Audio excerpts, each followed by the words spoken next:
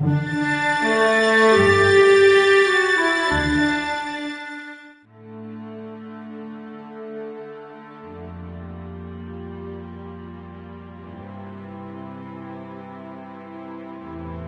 की कहानी में कई ऐसे गुमनाम चेहरे हैं जिन्होंने बिना सोचे समझे देश के लिए बलिदान दिया, लेकिन जब वही देश आजाद हुआ तो उनको गुमनामी में जीवन जीना पड़ा।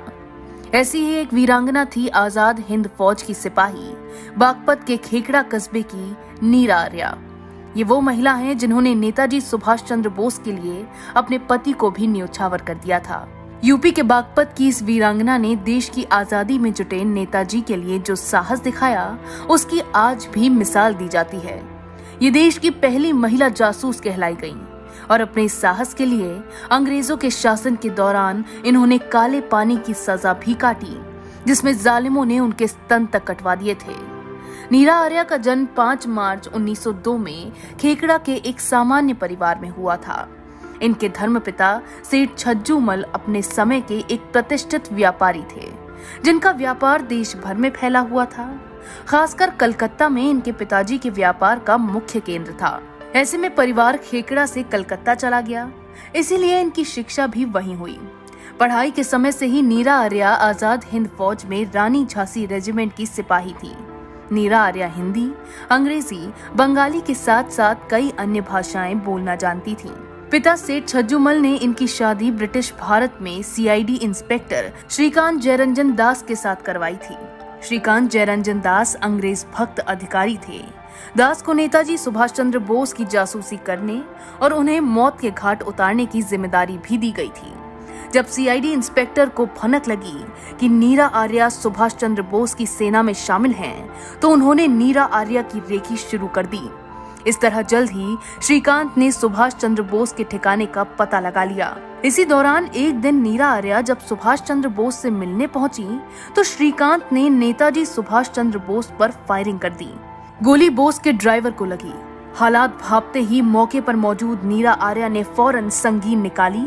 इसके बाद अपने पति के पेट में घोंपकर उनकी हत्या कर दी। नीरा आर्या का यह रूप देखकर सुभाष चंद्र बोस भी दंग रह गए। अंग्रेजी हुकूमत को जब मामले की जानकारी हुई, तो नीरा आर्या को अंग्रेजी अफसर की हत्या के आरोप में काले पानी की सजा सुनाई गई। हालांकि आजाद हिंद फौज के समर्पण के बाद सभी कैदियों को छोड़ दिया गया, लेकिन उन्हें कलकत्ता जेल में कैद किया गया। इस दौरान उन्हें घोर यातनाएं दी गई। जेल में उन्हें एक ऑफर भी दिया गया कि अगर वो नेताजी के बारे में सुराग देंगी तो उन्हें छोड़ दिया जाएगा, लेकिन उन्होंने अपनी वफादारी पर कलंक नहीं लगने दिया। एक बार तो उन्होंने यातनाओं से परेशान होकर जेल के पहरेदार पर थूक दिया। जेलर ने गुस्से में नीरा के स्तनों को लोहे के औजारों से खिंचवाकर घोर प्रताड़ना दी थी। उनके स्तन लहूलुहान हो गए, लेकिन नेताजी से जुड़ी कोई जानकारी नहीं दी। कड़ी यातनाएं देने के बाद भी जेलर नीरा आर्या को डगा नहीं सका। नीरा आर्या को नीरा नागिनी के नाम से भी जाना गया। नेताजी को बचाने में विधवा होना स्वीकार करने वाली नीरा को ये नाम नेताजी ने जाबाज तेज-तर्रार सेनानी के रूप में दिया था। नीरा नागिनी के नाम से इनके जीवन पर एक महाकाव्य भी है। इसके साथ ही नीरा आर्या को आजाद हिंद फौज की प्रथम जासूस होने का गौरव भी मिला है। नीरा को यह जिम्मेदारी खुद नेताजी सुभाष चंद्र बोस ने दी थी। उनकी साथी मानवती आर्या, सरस्वती राजामणि और दुर्गामल गोरखा और युवक डैनियल कालेसन के साथ मिलकर इन्होंने नेताजी के लिए अंग्रेजों की जासूसी भी की। वे वेश बदलकर अंग्रेज अफसरों के यहाँ साफ सफाई का काम करती थी और जो भी जानकारी मिलती थी उसको नेताजी तक पहुंचाती थी।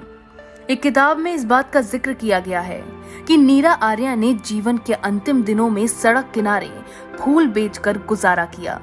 हैदराबाद में एक झोपड़ी में रही।